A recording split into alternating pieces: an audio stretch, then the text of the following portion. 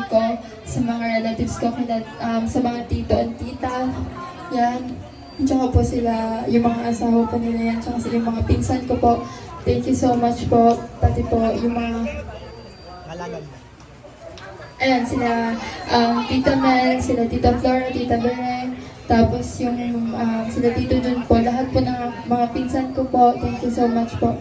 Pati rin po yung mga kaibigan ko po na nakadalo for tonight, thank you so much po. Sobrang na-appreciate ko po yung presence nyo kahit na maraming ginagawa, busy, ganyan, maraming mga kailangan gawin. Nagawa pa rin pong maka-attend dito. Super grateful po talaga. And yun po kay Mama and kay Lola, yan, ko po. Thank you so much po. Sobrang hindi po ma-express yung sobrang grateful po talaga. And kay Kuya Edmond po. Yes. Thank you po.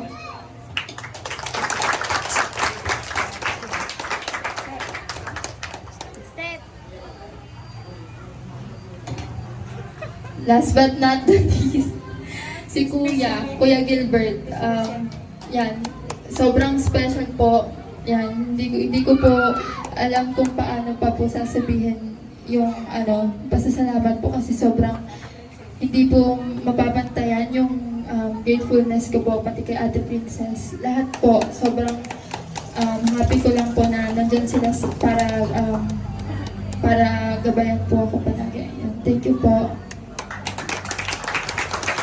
Yes, so thank you so much, Steph. Ayan, 18 ka na. Sana natandaan mo lahat ng mga naging messages nila para sa'yo. This is all for your own good. Legal ka na, pero of course, you still need the guidance of your parents. So with that, congratulations on your legality.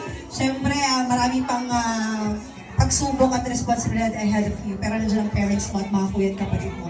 And with you guys, maraming salamat for staying with us.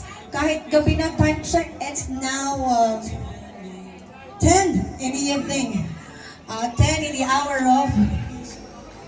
Anong minutes? Bahala na kayo?